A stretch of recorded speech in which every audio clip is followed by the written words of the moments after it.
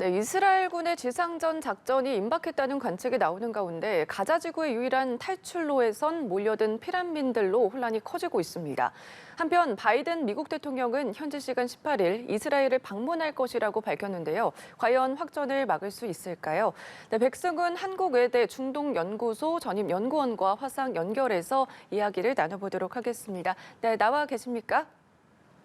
네, 네, 안녕하십니까. 안녕하십니까. 예, 혼란스러웠던 어제의 상황부터 좀 짚어보겠습니다. 미국과 이스라엘, 이집트가 어제 우리 시각으로 오후 3시부터 8시간 동안 민간인 통행을 위한 일시 휴전에 합의했다는 보도가 나왔는데 일단 휴전 논의가 있었던 건 사실입니까? 휴전이라기보다는 그 난민들이 그 라파 지역에 모여있는 난민들을 어떻게 우리가 처리를 할 것인가 그런 거 관련한 이야기를 하는 과정에서 거기 군사작전이나 이런 것들을 일시 정지한다 그런 수준의 그 담론이었지 가자 전쟁 안에서 그 전쟁을 뭐 하지 않는다 휴전한다 그런 내용은 아니었습니다. 왜냐하면 지금 그 가자라고 하는 지역이 5지역으로 나뉘는데 북부 가자 그리고 가자시 해서 두 북부 지역이 보통 지금 이스라엘 그 방위군이 설정한 군사 지역이거든요. 그리고 지금 남부 지역 그 칸 유니스에서부터 그 라파 지역 그 밑에 행정구역은 전쟁 그 지역은 아니었기 때문에 그 지역에 대한 일시적인 어떤 그 단수라든지 이런 것들을 좀 푼다 그런 과정의 그 논의였지 전쟁을 휴전한다 이런 내용은 아니었어서요. 언론이 조금 좀 더 많이 이렇게 좀 기대를 하고 이야기한 부분이 있는 것 같습니다. 예, 우선은 휴전을 하자는 건 아니었다 이런 말씀을 해주셨는데 말씀해 주신 것처럼 보도된 지 불과 30분 만에 이스라엘은 휴전은 없었다 이렇게 밝혔고요. 하마스 역시 어떤 정보도 받지 못했다 이렇게 밝히면서 혼란을 키웠거든요. 지금 이스라엘과 하마스가 일시 휴전을 부인하고 나선 배경 뭐 어떻게 봐야 될까요? 우선 이게 이렇게 보시면 됩니다. 지금 지상국 파견이 초일기돼 있는 상황에서 미국은 그 아주 단호한 메시지를 보냈거든요. 뭐 나름대로 자기네들의 자위권 발동은 인정을 하겠지만 이스라엘군의 그 가자 주둔이라든지 국제법을 위반하는 것들은 하지 않았으면 좋겠다라는 메시지를 이스라엘 측에는 강력하게 보냈거든요. 물론 이스라엘을 강력하게 지지하면서도요. 그래서 그 과정 안에서 하나 해야 될 것이 국제법 준수는 이제 민간인 학살이나 민간인 피해를 최소한 줄여야 되는 거기 때문에 이스라엘 입장에서도 24시간 우리가 공격을 안 할 테니 우리가 그 해안길과 그 육로길로 해서 라파 지역, 남지역, 군사 작전 행정 지역이 아닌 지역으로 다 피난해라라고 해서 24시간 여유를 줬던 거고요. 그래서 지금 그 안에서 지금 라파 지역하고 칸 유니스 지역에 지금 난민 캠프가 지금 설정이 돼서 지금 들어가 있는 상태입니다. 그래서 그 설정에서 있었던 거예요. 이게 무슨 휴전 그리고 이제 우리가 생각하는 우리는 평화를 지금 갈망하다 보니까 우리가 전쟁 나가기 전에 아니면 지상군 파견 전에도 어떤 협의가 있을 거라는 그 상상 속에서 이렇게 되는데 전 그런 의도에서 시작된 얘기가 아니었습니다. 어떻게 보면 지상군 파견 이전에 좀 국제법이나 이런 걸 준수하기 위해서 했던 조치들이 안에서 벌어진 일이라고 보는 게 더 정확할 겁니다. 예. 그렇다면 지금 상황으로 봤을 때 추후 재합의를 통해서 일시 휴전에 나설 가능성 이 부분은 어떻게 보십니까? 휴전을 한다 하더라도 그 지금 이스라엘이 군사 설정을 했던 북부 가자 그리고 가자시 그쪽은 아니고요. 라파와 칸 유니스 지역에 거기에 지금 그 난민들이나 사들이 지금 모였기 때문에 일시적으로 만약에 그 난민들을 가자 그 라파 포인트를 열어서 그 팔레스타인 난민들을 이집트 쪽으로 뺀다든지 아니면 그쪽에 그 난민 캠프에 식수나 아니면 그 전기를 공급하든지 그런 관점에서 나름 일시 그 지역에 대해서 동세를 풀어주고 하는 그런 회담은 있을 수 있어도 지금 말씀하신 대로 죄송합니다. 가자 지역 지금 군사 그 작전 지역으로 한 지역에 대한 뭐 휴전이라든지 그런 거는 그 가능성이 낮습니다. 네, 지금 아무래도 혼란스러운 상황에서 피난길에 나선 가자지구 주민 수십만 명, 오도 가지 못하는 그런 상황에 놓여 있는 상황이거든요. 문제는 현재 이 지역의 인도적 지원이 거의 끊겨 있는 상황이라는 건데 수십만 명에 달하는 피난민들 어떻게 좀 괜찮을까요? 그게 가장 큰 걱정이 되겠죠. 그래서 네. 이제 미국도 그쪽에 대해서 신경을 쓰고 있고, 그래서 이번에 블링컨 그 국무부 장관이 사흘 만에 다시 네타냐후를 만났고, 오늘 오전에도 성명을 발표하지 않았습니까? 이스라엘과 미국이 가자 남들 지금 이 사태에서 피해 받은 사람들을 어떻게 지원하고 도와줄지에 대해서 그 예산이나 이런 것들을 합의를 했다. 그리고 우리가 어떤 조치를 취할 것이라고 이야기를 한 거를 봐서는 이제 나름 지금 이게 전쟁은 할 수 없는 거지만 최대한 그런 뭐라 그럴까 그 콜레트럴 데미지 그러니까 같이 그 전쟁에 의해서 피해를 받는 그 가자 난민들 팔레스타인 들의 피해는 최소한 줄이겠다라는 그 의지도 보여주고 있다고 보여집니다 지금 상황은. 네. 설사 뭐 만약에 일시 휴전에 관련된 합의를 한다고 하더라도 지금의 뭐 피난민 규모가 정해진 시간 내 피난을 갈 수 있는 방법이 있을까? 이 부분도 의문이거든요. 그래서 지금 일시 휴전이나 이런 부분이 예. 그 피난민을 안전하게 그 안전한 장소로 이동시키는 그 과정에서 일시 지역, 일정 부분, 일정 시간 그런 것들에 대한 휴전이 됐을 수 있지. 지금 뭐 우리가 생각하는 하마스와 이스라엘 분쟁이 휴전 협상을 통해서 좀 이런 갈등 고조가 줄어들겠구나 그런 것까지 우리가 보기는 어렵다는 말씀을 드리는 겁니다. 그래서 지금 이제 난민들 지금 말씀하신 대로 이스라엘이 24시간 기회를 주고 시간 동안 두 개의 루트, 우리가 설정한 두 개의 길로 남쪽으로 피난하라 했지만 지금 거기에 다양한 어린 아이들도 있고 병원에 입원하신 자들도 있기 때문에 그 24시간에 그 밑으로 피난한다는 게 쉽지 않은 얘기거든요. 그래서 지금 중간중간 이제 그 휴전 협상이라든지 휴전이라기보다 그 전쟁을 중지하는 그런 협상은 아마 그런 난민 대피라든지 국제법상에서 그 난민의 피해, 그다음에 민간인의 피해를 최대한 줄이는 방향에서 그래도 이스라엘 측에서 할 수 있는 조치를 다 하고 있다라고 보여주는 그 수준에서 이런 것들이 일어날 상황이 높지. 지금 하마스의 격퇴를 뭐 군사 목적으로 삼는 이스라엘 입장에서는 그들과 어떤 휴전 협상, 그래서 전쟁이나 갈등 고조가 줄어든다 이렇게 보기에는 지금은 어려운 상황입니다. 네, 사태가 심각해지자 프란치스코 교황도 가자 지구의 민간인 피해를 우려하는 메시지를 냈거든요. 이에 대해서 이스라엘이 노골적으로 불쾌감을 드러냈는데 교황 메시지를 용납할 수 없다 이렇게 밝혔습니다. 어떤 점을 못마땅해 한 겁니까? 하면 이스라엘에서는 1,300명의 피해자가 벌어진 사건이거든요. 그리고 네. 또 그 백도되는데 자기네들이 도발이나 전쟁 상황이 있지 않은데 어찌됐건 그 하마스의 그 공격으로 인해서 벌어진 사건이지 않습니까? 그렇게 된다면 이제 뭐 성경 말씀에 모든 걸 뭐 왼뺨을 맞으면 오른뺨을 대라 이런 얘기도 했지만 그냥 지금 이스라엘 국가 입장에서는 자국민이 이렇게 피해를 본 상황 그리고 이렇게 안보 구멍이 생겼던 상황에서면 그 국가로서 국민을 보호하는 국가로서는 일당 어떤 그 조치를 취해야 되는 거거든요. 그 취하는 상황에서 프란체스코 교황은 용서하라 이렇게 그 모든 걸 받아들여라 이렇게 나오니 아마 불만을 표시한 거겠죠. 네. 예.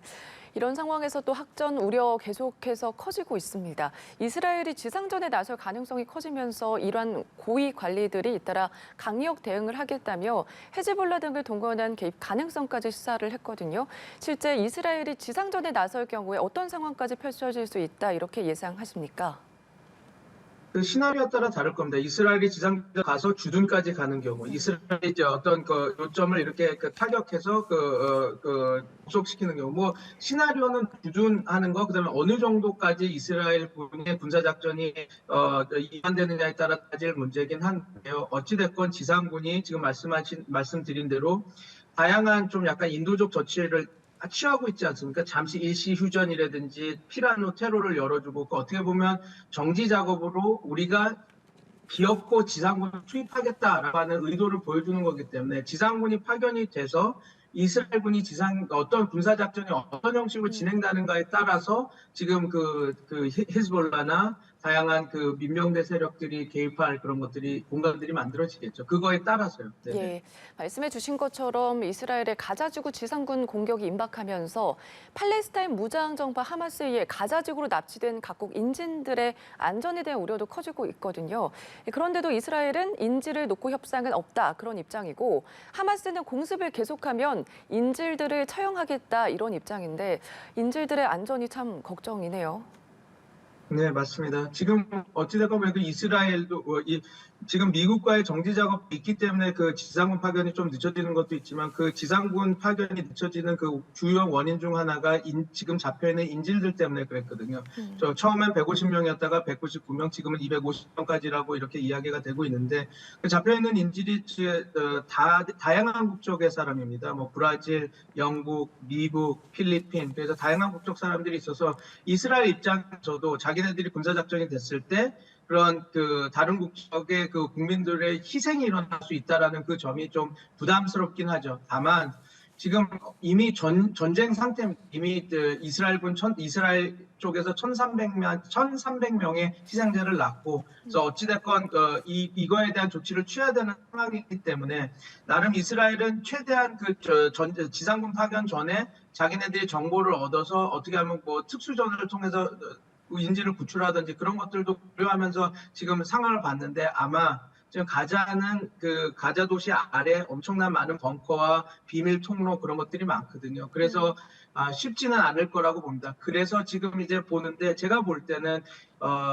이스라엘 측에서는 일부 그 인질의 희생이 있더라도 군사 그 작전, 그다음에 지상군 파견은 어느 정도 그 각오가 돼 있다. 그리고 그런 것도 신안에 들어가서 지금 계획 중이다라고 지금 보고 있습니다. 예, 네. 지상전을 막기 위해서 국제사회 만류도 이어지고 있습니다. 특히 바이든 미국 대통령은 내일 이스라엘을 직접 방문한다 이렇게 밝혔거든요. 바이든 대통령의 직접 방문을 통해서 얻고자 하는 기대 효과 뭐라고 봐야 할까요? 바이든 행정부 입장에서 본다면 확전을 막는 게 제일 우선 요소일 겁니다. 왜냐하면 바이든 입장에서도 이건 뭐 이런 비극 앞에 그 내부 정치를 얘기하긴 뭐하긴 하지만 미국 지금 재선을 앞두고 바이든 행정부가 지금 이스라엘 팔레스타인 분쟁을 관리도 못하고 이게 5차 중동전의 그 큰 그 대전으로 가게 되면 미국 역사상, 그러니까 냉전 이후에 클린턴 이후에 미국 대통령 역사상 이렇게 중동 정책이 실패했을까라고 볼 수 있는 행정부가 없거든요. 지금 JCPOA 이란 핵 합의도 재복권한다 그러는데 전혀 재복권 될 수 없는 상황이고 지금 어찌됐건 행정부에서 한 거는 아니 이스라엘 팔레스타인 어느 정도 그 현 유지 스테이트로 이끌어왔는 것들인데 이게 요번에 이게 협전이 돼서 5천 정도로 간다. 바이든 행정부 입장에서는 외교적으로 특히 중동 정책은 단 하나의 성과도 없이 실패한 무능한 대통령으로 남게 되거든요. 그럼 네. 이것은 이제 아마 미 재선에 큰 악영향을 끼치기 때문에 지금 강력하게 두 개의 항공 전단을 보내고 바이든이 직접 가서 이 문제를 관리를 하려고 하는 그 모습은 이 전쟁이 그 어떤 좀 확전이 돼서 5차 중동전 큰 전쟁으로 가는 것을 막겠다라고 하는 강력한 의지가 지금 보여지는 외교적 그 표현이라고 보면 될 것 같습니다. 예. 외교적 행보라고 보면 될 것 같습니다. 네. 예, 그런데 이스라엘 지상전과 선근제 하루 만에 미국이 이스라엘에 2,000명 규모로 파병을 준비한다 그런 소식이 전해졌습니다. 전투 목적은 아니라고는 하지만 기류가 조금 바뀐 게 아닐까 그런 생각이 드는데요. 이게 용어인데 이게 네. 핵심 모습입니다. 에스컬레이션 도라고 뭔가를 억제하기 위해서는 확실히 그들을 제압할 수 있는 거에 군사력과 그 행력이 있어야 돼요. 그냥 말뿐으로 우리 들어가면 너네들 헤즈볼라, 하마스 혹은 뭐 시리아 혹은 뭐 IRGC 이란 혁명수야 니네 들어오면 우리 할 거야라고 억제를 하기 위해서는 일정 수준의 자기네들의 자본이 투입이 됩니다. 그렇지 않으면 우리가 소위 말하는 토슬레스 디플로마시에서 이빨 없는 외교 그러면 솔직히 말하면 그게 먹히지가 않거든요. 억제력을 강력하게 보이기 위해서라도 일정 수준의 그 자원들은 투입이 되기 때문에 2,000명 파견이 꼭 이게 그 미국도 헤즈볼라와 하마스의 전선에 투입된다 이렇게 보는 지금까지는 너무 과한 거고요. 억제력을 높이기 위해서도 그 헤즈볼라나 이란 혁명 수비대라든지 그런 그룹들이 참여하는 것을 막기 위해서도 일정 부분 그 자기네들의 군사력 능력을 올려놔야 하기 때문에 그 과정에서 벌어질 일이라고 보면 될 것 같습니다. 물론 최악의 경우 컨틴전시 플랜으로 어떤 우리가 거쳐볼 수 없는 사건이 벌어졌을 때 거기 파견 인원이 다른 작전을 수행할 수 있겠지만 지금 상황에서는 전쟁에 직접 참여한다라기보다는 억제력, 다른 대전 확전을 막기 위해 보내는 군사 파견이라고 보면 정확한 분석을 했습니다. 알겠습니다. 그런데 지금 외교전에 나선 건 미국뿐만이 아니거든요. 중국과 러시아까지 이스라엘을 만류하고 있는데 미국과 중국, 러시아에 대해 이 중동 패권 외교전이 가열되는 양상, 이 부분은 어떻게 보십니까? 중에서 지금 미국 이제 슬슬 후퇴를 하면서 그런 비슷한 그런 뭐라 그럴까요? 패권 전쟁이 일어나는 그런 전쟁한다, 뭐 외교전이 벌어진다라는 거는 이미 뭐 4년 됐죠. 단 지금 이번에 대해서는 틀 갖고 있는 건 이스라엘입니다.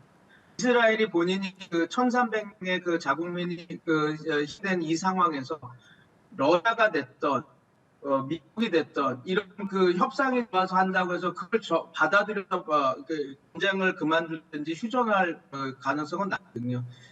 그래서 이거를 외교전 평전 이거보다는 우선 안에서 러시아 입장에서는 지금 우크라이나와 지금 전쟁에 껴 있는데 차라리 이쪽에 문제를 돌리면서 좀 거기서 숨통을 튀어보려고 하는 의지에서 이 문제를 건드리는 것이고, 바이든 행보는 대중 정책을 입안해서 지금 이게 실패하고는 정말 바이든 정부 내에서의 대중동 정책은 하나도 성공한 게 없고 제대로 된 게 없는 상황이 들어오는 거고, 그래서 다 각자의 다른 셈법에서 들어오는 것이지 그냥 이게 중동에서 벌어지는 기득권, 헤게몬 싸움으로 이런 것들이 여기서 전장이 열린다라고 보기에는 조금 다른 상황인 것 같아요. 제가 지금 전문가로서 지금 알아볼 때는요. 네네. 예. 알겠습니다. 이스라엘 하마스 전쟁 상황과 관련해서 백승훈 한국의대 중동연구소 전임 연구위원과 화상 연결해서 이야기 나눠봤습니다. 고맙습니다. 감사합니다.